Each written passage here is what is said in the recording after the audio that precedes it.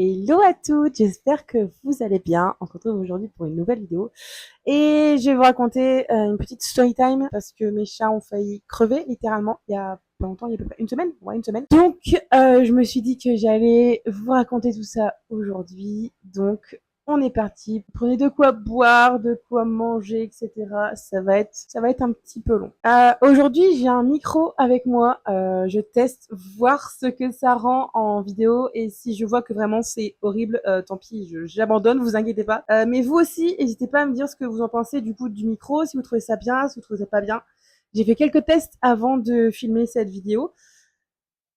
Il faut vraiment que je le tienne à côté de ma bouche pour que je vois un résultat assez satisfaisant. Donc écoutez, on teste pour cette vidéo et on verra bien. Ça s'est passé le vendredi 7 décembre, donc il y a à peu près une semaine. J'ai un technicien qui devait passer à la maison pour changer une ou deux pièces à la chaudière, refaire quelques réparations sur le toilette au niveau de la cuvette des toilettes. Pas la cuvette où on s'assoit, mais la cuvette, vous savez, où on tire la chasse d'eau. Et il devait déboucher aussi mon lavabo qui se trouve dans le toilette du Bob. Ce lavabo-là, il est bouché depuis le temps qu'on est arrivé en fait. Donc le technicien devait passer entre 8h et midi. Sauf que moi je pars de la maison aux alentours de 10h pour pouvoir aller travailler. Donc en fait du jeudi soir, on a contacté mes beaux-parents et ils ont pu du coup se déplacer et venir sur place le temps que le technicien passe. Parce que du coup s'il passait avant c'était tant mieux, s'il passait après, bah j'étais pas là. C'est logique. Il est à peu près 9h30 je dirais, mes beaux-parents arrivent, le technicien n'est toujours pas passé. Donc je me suis dit, heureusement qu'on les a prévenus parce que du coup, il va passer quand je serai pas là. Donc mes beaux-parents restent sur place. Je commence à me préparer et j'entends l'interphone sonner. Donc je me suis dit, c'est bon, il est là. En fait, on s'est juste croisé avec le technicien. J'ai été lui ouvrir l'interphone en bas. Il n'arrivait pas à ouvrir la porte déjà là. Donc je suis descendue tout en bas pour lui ouvrir la porte. Et il m'a demandé ce qui n'allait pas à la chasse d'eau. Je lui ai expliqué vite fait, parce que du coup, moi, je m'en allais, donc je lui ai expliqué vraiment en deux spies. Euh, mais normalement, en fait, les techniciens, ils ont une fiche avec ce qu'ils doivent faire, en fait, à chaque intervention. Et ça, c'est un conseiller que j'ai eu au téléphone qui me l'a certifié.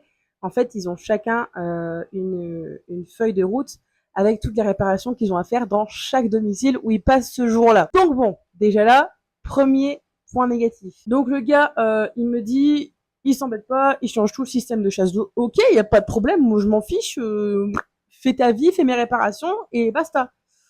Sauf qu'en fait, bah, déjà pour ce qui s'agit de la chasse d'eau, il a changé tout le mécanisme, mais n'a pas touché pour la fuite. Donc, il y a toujours un des gouttes qui tombe. Déjà ça aussi. Du coup, le gars fait toutes les réparations apparemment, il s'en va, et mes beaux-parents partent. Moi, je suis toujours au boulot. Juste après, j'avais répétition de djembé pour la représentation du soir, pour l'ouverture du marché de Noël. Je vais chez ma grand-mère juste pour passer aux toilettes, etc., boire un café vite fait. J'ai le néon qui vient de lâcher derrière, c'est super. Enfin bref. Donc on fait la représentation, machin. On rentre à peu près vers 19h, je dirais. 19h, vers 19h, 19h30 par là. On passe la porte et je me prends une claque de gaz dans la tronche.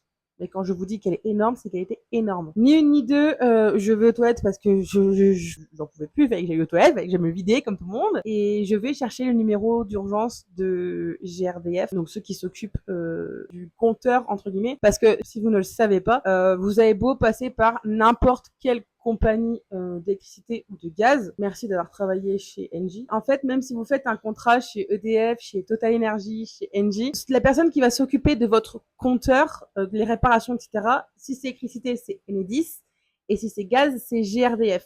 Donc même dans tous les cas, si vous êtes, votre compagnie, c'est Total, et que vous appelez Total parce qu'il y a du gaz chez vous, ils vont vous envoyer chez GRDF. Ça sert à rien de les contacter, autant avoir le numéro d'urgence. Et normalement, il est sur chacune de vos factures. Donc j'appelle ce fameux numéro, je leur explique la situation, que du coup j'ai un technicien qui est intervenu ce matin, il a touché du coup à certaines pièces de la chaudière, et il a eu à changer des pièces, et que du coup là on est rentré du soir, et ça pue le gaz, vraiment ça pue le gaz. Il y a vraiment pas d'autre mot. Il me donne les consignes du coup d'évacuation, de mise en sécurité, etc. Donc du coup il faut qu'on coupe le compteur, qu'on ferme la vanne, le compteur de gaz. Il faut qu'on ouvre toutes les fenêtres, toutes les portes, donc Dieu merci, j'ai des volets à chaque fenêtre et à chaque porte, donc j'ai pu tout ouvrir en grand sans que mes chats puissent sortir. Et le conseiller du coup de GRDF, la personne que j'ai au téléphone, me dit que il faut que je sorte avec mes chats dehors en attendant le technicien. Sauf que je n'avais pas prévu ça, on va emménager il y a un mois, je n'ai pas de cage, je n'ai pas de laisse, parce que mes chats ne sortent plus. Mon balcon est à 2-3 mètres de hauteur. Je pense pas que mes chats arriveront à sauter. Donc, par précaution, je ne les fais pas sortir. Vous voyez? Donc, j'ai pas de laisse, j'ai pas de cage, j'ai rien. Du coup, bah, tant pis, je prends la décision de sortir avec. Mais comme je vous ai dit, tout a été aéré. Donc, en fait, le gaz était coupé. Donc, la fuite a été coupée en soi. Et les aérations ont été faites pour que le gaz évacue l'atmosphère. On attend à peu près une quarantaine de minutes, je dirais, et la personne d'astreinte chez GRDF passe chez nous. Il monte avec mon homme pour voir d'où provient la fuite, mais je lui explique que du coup, du matin, j'ai un technicien qui est passé pour lui dire je vais répéter 50 000 fois, hein, mais vous allez voir que j'ai répété ça toute la soirée, ça a été barbant. Que du coup, le technicien est passé et que bah, il a peut-être fait une boulette ou je ne sais pas. Du coup, mon homme monte avec le technicien et l'odeur de gaz ne sort pas de la sortie de gaz pour la gazinière, parce qu'on n'en a pas, mais ça sort pas de là. Et ça sort bien, bel et bien de la chaudière. Donc, ce monsieur nous conseille du coup de rappeler la compagnie qui a intervenu pour faire les travaux. En tous les cas, c'est ce que j'allais faire. Mais il nous dit de contacter cette compagnie-là pour venir faire les travaux, enfin les réparations au plus vite. Parce que là, je n'ai pas de chauffage et je n'ai pas d'eau chaude jusqu'à ce que la panne soit réparée. La personne s'en va et là, il est à peu près, je dirais, 20h30, 20h40. Il y a à peu près 1 heure de battement qui s'est passé entre les deux. Le gaz s'est largement évacué de l'atmosphère, donc on peut regagner le logement maintenant. Il caille dans le logement, mais c'est pas grave. On peut rentrer à l'intérieur, c'est déjà pas mal. Les chats vont bien, hormis qu'il y a un petit souci, c'est que je retrouve plein de poils partout. Je ne sais pas ce qu'ils ont fait, je ne sais pas si le gaz a eu un effet hilarant sur eux. Ils sont en bonne santé, ils vont très bien, donc tant mieux. Donc on rentre, on regagne le logement. J'appelle la compagnie pour qu'elle passe, si possible, ce soir faire les réparations, parce qu'il fait quand même très froid et on n'a pas d'eau chaude pour qu'on puisse se laver. La personne au téléphone me dit que du coup j'ai une personne qui passera dans la soirée d'astreinte. À quelle heure? Je ne sais pas. Mais entre deux, je commence à avoir mal au crâne. Mais quand je vous dis mal au crâne, c'est pas un mal de crâne, c'est pas une migraine, c'est un mal de crâne vraiment bizarre. Genre, je n'en ai jamais eu pareil. Je commence à psychoter, je me dis, punaise, il y a peut-être du monoxyde ou quoi dans l'air. J'ai super peur, franchement, parce que du coup, le monoxyde ne se sent pas et ne se voit pas. Donc, j'ai quand même très peur, parce que la première intervention de GRDF, monsieur a fait la détection de gaz dans l'air et pas de monoxyde de carbone. Donc, je décide quand même d'appeler les pompiers pour les prévenir, savoir qu'est-ce que je dois faire pour ma tête, savoir s'il faut que j'aille à l'hôpital ou s'il faut que je un petit peu, voir comment ça va évoluer. Et il m'envoie quasiment toute la caserne. On a eu le camion de feu et une ambulance. Je leur ai dit que GRDF était déjà passé, qu'il avait contrôlé, etc. Ils ont rappelé GRDF et c'est par la suite que j'ai su qu'ils l'ont rappelé pour cette fois-ci faire la détection de monoxyde de carbone. Parce que sur le coup, je me dis, mais non, en fait, ça sert à rien parce que GRDF sont déjà passés. Il y a quasiment plus de gaz dans l'air, donc on peut regagner le logement.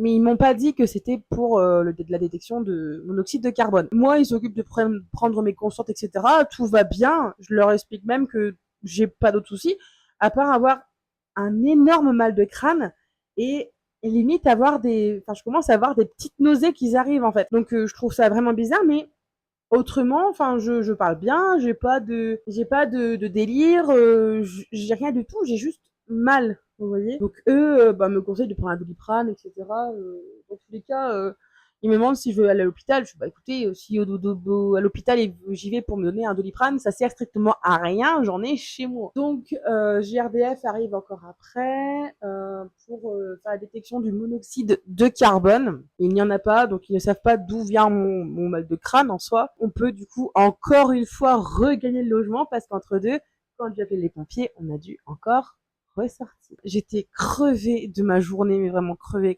Donc mon homme nous fait des petits sandwichs. Franchement, on n'avait pas envie de faire à manger ou quoi, donc on fait une tartine avec des fines herbes, du jambon, ça ira largement pour la soirée parce que vraiment on avait plein la tête. On s'assoit dans le canapé et là les techniciens arrivent, donc ça sonne. Il était 22h30, 22h40 à peu près. Donc on se relève et le technicien passe et au final, il ne peut rien faire et il nous dit que au vu des réparations qui étaient prévues sur la chaudière, des pièces qui ont été changées parce que le technicien du matin a laissé toutes les pièces là et nous on a fait exprès de laisser toutes les pièces pour que le prochain technicien puisse passer et voit ce qui s'est passé sur la chaudière. Et là il nous dit que en fait avec ce qu'il a changé, il n'avait pas à toucher le gaz et il a touché. Donc c'était une petite faute qu'il a fait et qui a fait que du coup maintenant ça et il y avait une fuite de gaz, vous voyez. Mais lui, du coup, comme le